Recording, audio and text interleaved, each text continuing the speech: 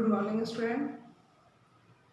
आज हम हिंदी सेकंड हिंदी से चैप्टर नंबर 5 के जो कुछ पॉइंट्स बचे हुए थे उसको रीड करेंगे। लास्ट क्लास में हमने नई समस्याएं, चैप्टर नंबर 5 नई समस्याएं, जिसमें अरब और मंगोल, महमूद गजनबी, अफ़गान समन्वय और उनकी मिलीजुली संस्कृति, उनका विकास, कबीर, गुरु नानक, अमीर खुसरो, बाबर और अकबर, उनके द्वारा भारतीयकरण की प्रक्रिया, यांत्रिक उन्नति और रचनात्मक शक्ति, एशिया में और यूरोप के बीच अंतर, ये सारे पॉइंट्स हमने लास्ट क्लास में पढ़ा था। ये हमारा हिस्ट्री का सेकंड पार्ट चल रहा है। तो आज हमारा पॉइंट है औरंगजेब ने गंगा बहाई। औरंगजेब ने उल्टी गंगा बहाई। हिंदू राष्ट्रवाद का आभार, शिवाजी के द्वारा हिंदू राष्ट्रवाद का आभार, प्रभुत्व के लिए मराठों और अंग्रेजों के बीच संघर्ष, इसमें अंग्रेजों की विजय, रणजीत सिंह और जय सिंह तथा भारत की आर्थिक पृष्ठभूमि और इंग्लैंड के दो रूप, ये जितने पॉइंट्स हैं आज हम इनको रीड करेंगे। तो सबसे पहले पॉइंट आता है औरंगजेब ने उल्टी गंगा बहाई। किसके विरुद्ध? तो हिंदू राष्ट्रवाद का आभार और शिवाजी। औरंगजेब समय के विपरीत चलने वाला शासक था। समय के अकॉर्डिंग वो चलता नहीं था, उसके अपोजिट चलता था। अपनी सारी योग्यताएं और उत्साह के बावजूद उसने अपने पूर्वजों के द्वारा किए गए कामों पर पानी फेरने का प्रयास किया। औरंगजेब ये एक क्रूर शासक था, तो ये समय की उल्टी गति के साथ चलता था। वह धमार्द और कठोर नैतिकवादी था, धर्म को नहीं मानता था और कठोर नैतिकवादी था। उसे कला के या साहित्य से कोई भी प्रेम नहीं था। हिंदुओं पर पुराना घृणित जजिया कर आपने सुना होगा। तो ये जजिया कर लगाकर उसने बहुत से मंदिरों को तुड़वा कर दिया, ध्वस्त कर दिया। अपनी प्रजा के बहुत सारे हिस्सों से वो नाराज रहता था और वहाँ के लोगों में भी उसके प्रति असंतोष भरता जा रहा था। उसने उन अभिमानी राजपूतों को भी नाराज कर दिया जो मुगल साम्राज्य के अवलंबन और स्तंभ थे। उत्तर में सिख उठ खड़े हुए थे। वे हिंदू और मुस्लिम विचारों का किसी हद तक समन्वय करने वाले शांतिप्रिय समुदाय के प्रतिनिधि थे, जो दमन और अत्याचार के विरुद्ध एक सैनिक बिरादरी के रूप में संगठित हो गए थे। भारत के पश्चिमी समुद्र पर अपने प्राचीन राष्ट्रकूटों के वंशज लड़ाकू मराठों को क्रुद्ध कर दिया उसने, ठीक ऐसे समय में जब उसके बीच एक अद्भुत सेनानायक उठ खड़ा हुआ था। माना जाता है कि औरंगजेब सत्ता अपने पिताजी द्वारा हासिल किया हुआ था। अपने भाइयों की निर्मम हत्या करवाकर उसने सत्ता हासिल की थी। उस समय मुगल साम्राज्य के दूर दूर तक फैले क्षेत्रों में उत्तेजना फैल गई और पुनर्जागरण विचार पनपने लगा, जिसमें धर्म और राष्ट्रवाद का मेल था। वह आधुनिक युग जैसा धर्मनिरपेक्ष ढंग का राष्ट्रवाद नहीं था, न ही इसकी व्याप्ति पूरे भारत में थी। धर्म और राष्ट्रीयता के मेल ने दोनों ही तत्वों से शक्ति और स्तंभता हासिल की, लेकिन उसकी कमजोरी भी इसी मेल से पैदा हुई थी। यह केवल खास किस्म की और आंशिक राष्ट्रीयता थी, जिसमें धर्म के क्षेत्र में बाहर पड़ने वाले तमाम भारतीय तत्वों का समावेश नहीं था।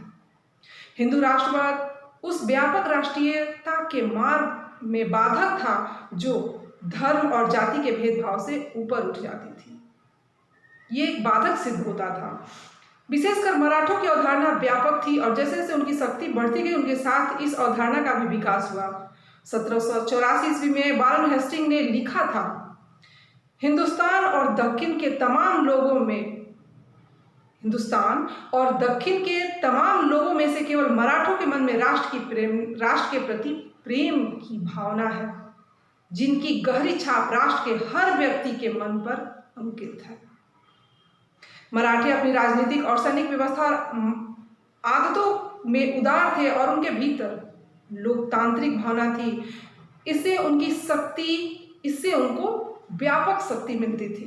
शिवाजी और औरंगजेब ने लड़ा जरूर, पर उसने मुसलमानों को खुलकर नौकरियां भी दी। मुगल साम्राज्य के खंडित होने का महत्वपूर्ण कारण आर्थिक ढांचे का चरमराना था। किसान बार बार विद्रोह कर रहे थे। इसमें से कुछ आंदोलन खड़े पैमाने पर हुए। 1669 ईस्वी के बाद जाट किसान जो राजधानी से बहुत दूर नहीं थे, बार बार दिल्ली सरकार के खिलाफ खड़े होते थे। गरीब लोगों का एक अन्य विद्रोह सतनामियों का विद्रोह था। उस समय जब साम्राज्य में फूट और बगावत फैल रही थी, पश्चिम भारत में नई मराठा शक्ति का विकास हो रहा था, अपने को मजबूत कर रही थी वो। शिवाजी, जिनका जन्म 1627 ईस्वी में हुआ था, पहाड़ी इलाकों के सख्त जान लोगों के आदर्श छापामार नेता थे। उनके घुड़सवार दूर दूर तक छापा मारते थे। उन्होंने सूरत और जहां अंग्रेजों की कोठियां थीं, लूटा और मुगल साम्राज्य के दूर दूर तक फैले क्षेत्रों पर चौथा कर लगाया। उन्होंने मराठों को एक शक्तिशाली संगठित फौज के रूप में बदल दिया, उन्हें राष्ट्रवादी पृष्ठभूमि प्रदान की और दुर्जय शक्ति का रूप दिया। 1680 ईस्वी में उनकी मृत्यु हो गई, लेकिन मराठा शक्ति तब तक बढ़ती गई जब तक भारत पर उनका पूरी तरह से प्रभुत्व कायम न हो गया। अगला पॉइंट है, प्रभुत्व के लिए मराठों और अंग्रेजों के बीच जो संघर्ष हुआ उसमें अंग्रेज विजयी हुए थे। कैसे विजयी हुए थे? तो सन 1707 में औरंगजेब की मृत्यु के बाद 100 वर्ष तक भारत पर अधिकार करने के लिए विभिन्न रूपों में संघर्ष चलता रहा। 18वीं शताब्दी में भारत पर अधिकार के 4 दावेदार थे। इनमें से भारतीय थे, मराठे थे, दक्षिण में हैदर अली और उनका बेटा टीपू सुल्तान। विदेशी थे फ्रांसीसी और अंग्रेज। सदी के पूर्वार्ध में यह लगभग निश्चित जान पड़ता है कि मराठे पूरे भारतवर्ष पर अपनी हुकूमत कायम कर लेंगे और मुगल साम्राज्य के उत्तराधिकारी होंगे। कोई शक्ति इतनी मजबूत नहीं रह गई थी कि उनका कोई सामना कर सके। ठीक उसी समय 1739 उत्तर पश्चिम में एक नया बावंडर उठ खड़ा हुआ और ईरान का नादिर शाह दिल्ली पर टूट पड़ा। उसने बड़ी मारकाट मचाई, लूटपाट मचाई, अपना साथ बेशुमार धन दौलत, जिसमें प्रसिद्ध तख्ते ताउस भी था। दिल्ली के शासक कमजोर और नपुंसक हो चुके थे और मराठों ने नादिर शाह की टक्कर लेने की क्षमता किसी में नहीं थी। उसके हमले से मराठों का काम और आसान हो गया। वे बाद में वर्षों में पंजाब में ही फैल गए।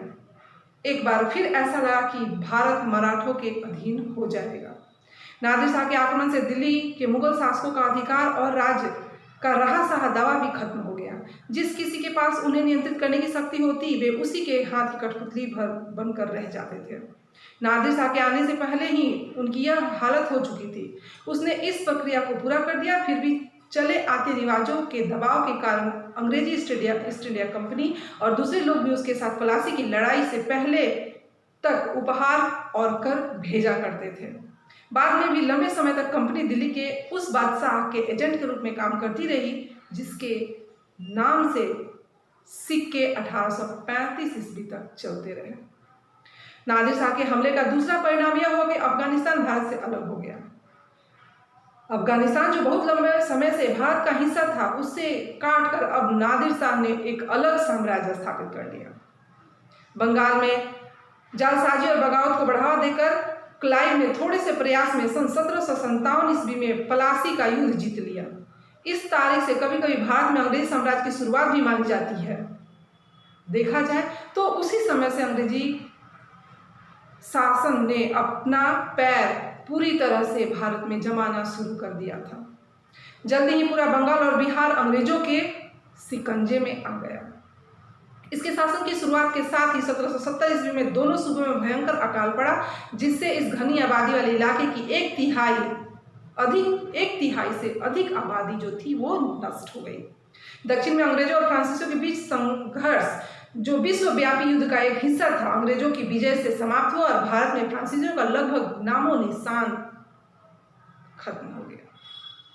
फ्रांसीसियों के भारत से हट जाने के बाद 3 ताकतें बाकी रह गई। अधिकार के लिए संघर्ष कर रही थी वो कौन कौन सी थी? मराठा संगठन, दक्षिण में हैदर अली और अंग्रेज, ये तीन जो शक्तियां थी वो आपस में टकराव करने लगी। प्लासी में उनकी जीत और बंगाल और बिहार में फैलने के बावजूद भारत में ऐसे लोगों की संख्या बहुत कम हो गई थी जो अंग्रेजों को ऐसी शक्ति के रूप में देखते हो जिनकी नियति में पूरे भारत का राज करना हो। अब भी सबसे पहला स्थान मराठों को ही दिया जाता था। वे सारे पश्चिम और मध्य भारत में यहाँ तक कि दिल्ली तक फैले हुए थे और उनका साहस और युद्ध करने की योग्यता प्रसिद्ध थी। हैदर अली और टिप्पू सुल्तान भी इनके सख्त विरोधी थे, जिन्होंने अंग्रेजों को बुरी तरह हराया और ईस्ट इंडिया कंपनी की शक्ति को लगभग भारत से समाप्त कर दिया। पर वे दक्षिण तक सीमित रहे और पूरे भारत पर उनका प्रत्यक्ष प्रभाव कभी न पड़ सका। हैदर अली एक अद्भुत व्यक्ति और भारतीय इतिहास का उल्लेखनीय व्यक्ति है, प्रभुत्व संपन्न व्यक्ति था। उसका आदर्श किसी हद तक राष्ट्रीयता था और उसमें कल्पनाशील नेता के बहुत सारे गुण विद्यमान थे। मैसूर के टिप्पू सुल्तान को अंग्रेजों ने अंततः 1799 ईस्वी में पराजित कर दिया और इस तरह मराठे और अंग्रेजों की ईस्ट इंडिया कंपनी के बीच आखिरी मुकाबले के लिए मैदान बिल्कुल साफ हो गया। लेकिन मराठा सरदारों के बीच आपसी बैर था और अंग्रेजों ने उनसे अलग अलग युद्ध करके उन्हें पराजित किया।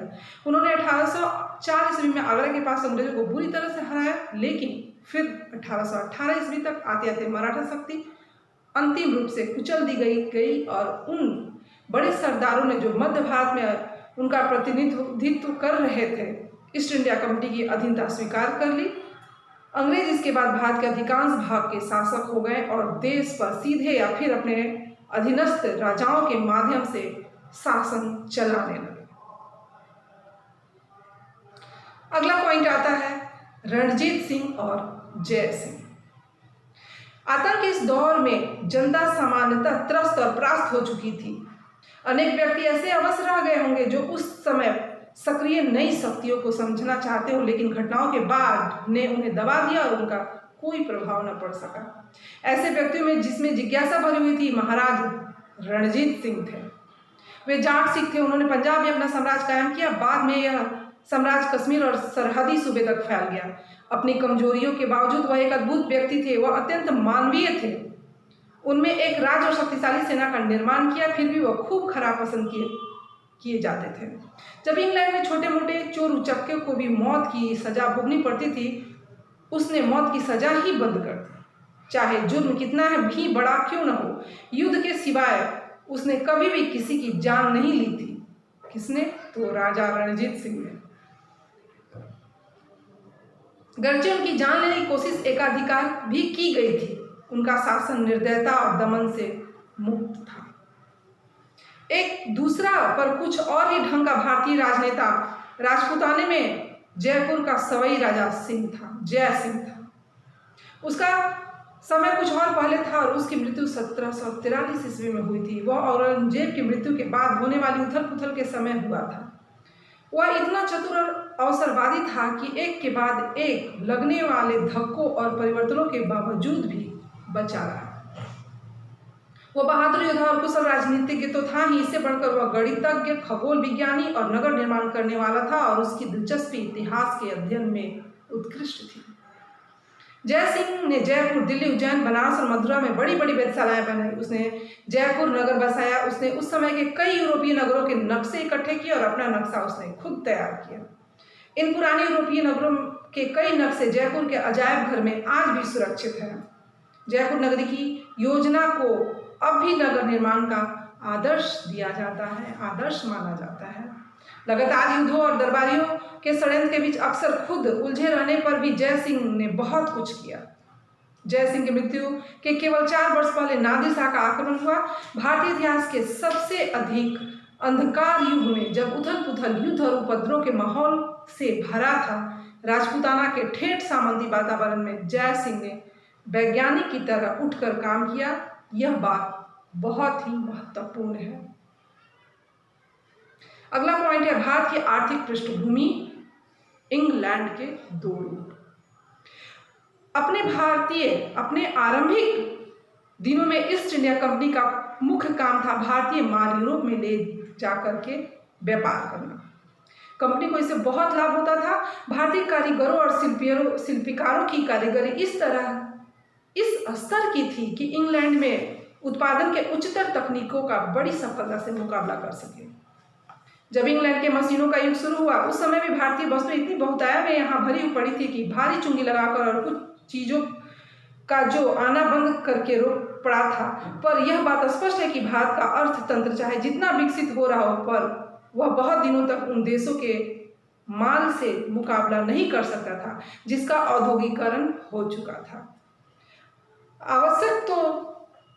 आवश्यक हो गया था या तो वह अपने यहाँ कल कारखाने लगाएं या विदेशी आर्थिक घुसपैठ के सामने समर्पण करें, जिसका आगे परिणाम होता है राजनीतिक हस्तक्षेप। हुआ यह कि विदेशी राजनीतिक हुकूमत ने यहाँ पहले आकर बड़ी तेजी से उस अर्थतंत्र को नष्ट कर दिया जिसे भारत ने खड़ा किया था, और उसकी जगह कोई निश्चित और रचनात्मक चीज सामने नहीं आई। ईस्ट इंडिया कंपनी सर्वशक्तिमान थी। व्यापारियों की कंपनी होने के कारण वह धन कमाने पर तुली हुई थी। ठीक उस समय जब वह तेजी से अपना धन कमा रही थी, एडम स्मिथ ने सन 1776 में द वेल्थ ऑफ नेशन में लिखा है कि एकमात्र व्यापारियों की कंपनी की सरकार किसी भी देश के लिए सबसे बुरी सरकार होती है। एकमात्र कंपनी। इंग्लैंड का भारत में आगमन तब हुआ, इंग्लैंड का भारत में आगमन हुआ था 1600 ईस्वी में। उस समय हुआ जब रानी एलिजाबेथ ने ईस्ट इंडिया कंपनी को परवाना दिया, यानी 1600 ईस्वी में। उस समय शेक्सपियर जीवित था और लिखा था। 1608 ईस्वी में मिल्टन का जन्म हुआ। उसके बाद हैम्पहेड और कामवेल सामने आए और राजनीतिक क्रांति हुई। 1660 ईस्वी में इंग्लैंड की रॉयल सोसाइटी की स्थापना हुई, जिससे विज्ञान की प्रगति में बहुत हिस्सा लिया। 100 साल बाद कपड़ा बुनने की तेज ढक्करी का आविष्कार हुआ और इसके बाद तेजी से एक एक करके सूत काटने की कला, इंजन की मशीन से करघे चलाने की कला का विकास हुआ। इन दो में से भारत कौन सा इंग्लैंड आया?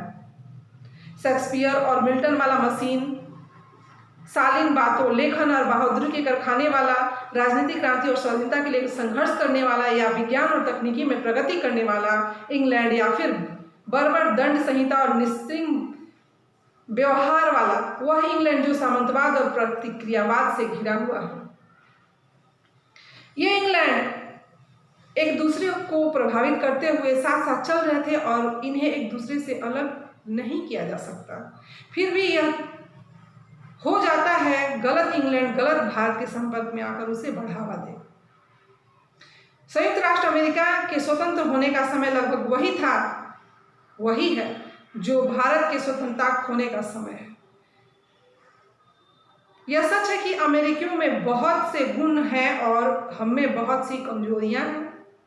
यह भी सच है कि अमेरिका में नई शुरुआत के लिए बिल्कुल अनछुआ और साफ मैदान था, जबकि हम प्राचीन स्मृति और परंपराओं से जकड़े हुए थे। फिर भी इस बात की कल्पना करना कठिन नहीं है कि यदि ब्रिटेन ने भारत में यह बहुत भारी बोझ नहीं उठाया होता जैसा कि उन्होंने हमें बताया है, और लंबे समय तक हमें स्वराज करने के लिए यह कठिन कला नहीं सिखाई होती जिससे हम इतने अनजान थे, तो भारत न केवल अधिक स्वतंत्र और अधिक समृद्ध होता, बल्कि विज्ञान और कला के क्षेत्र में उन सभी बातों में जो जीवन को जीने योग्य बनाती है उनसे कहीं अधिक प्रगति की होती। तो स्टूडेंट, ये था आपका चैप्टर नंबर 5 नई समस्याएं। इसमें बहुत सारे पॉइंट्स जो थे आपने पढ़े, बहुत कुछ जानकारियां भी इकट्ठी की। तो इस चैप्टर को आप और अधिक ध्यान से पढ़िए, समझिए नेक्स्ट क्लास में। Thank you.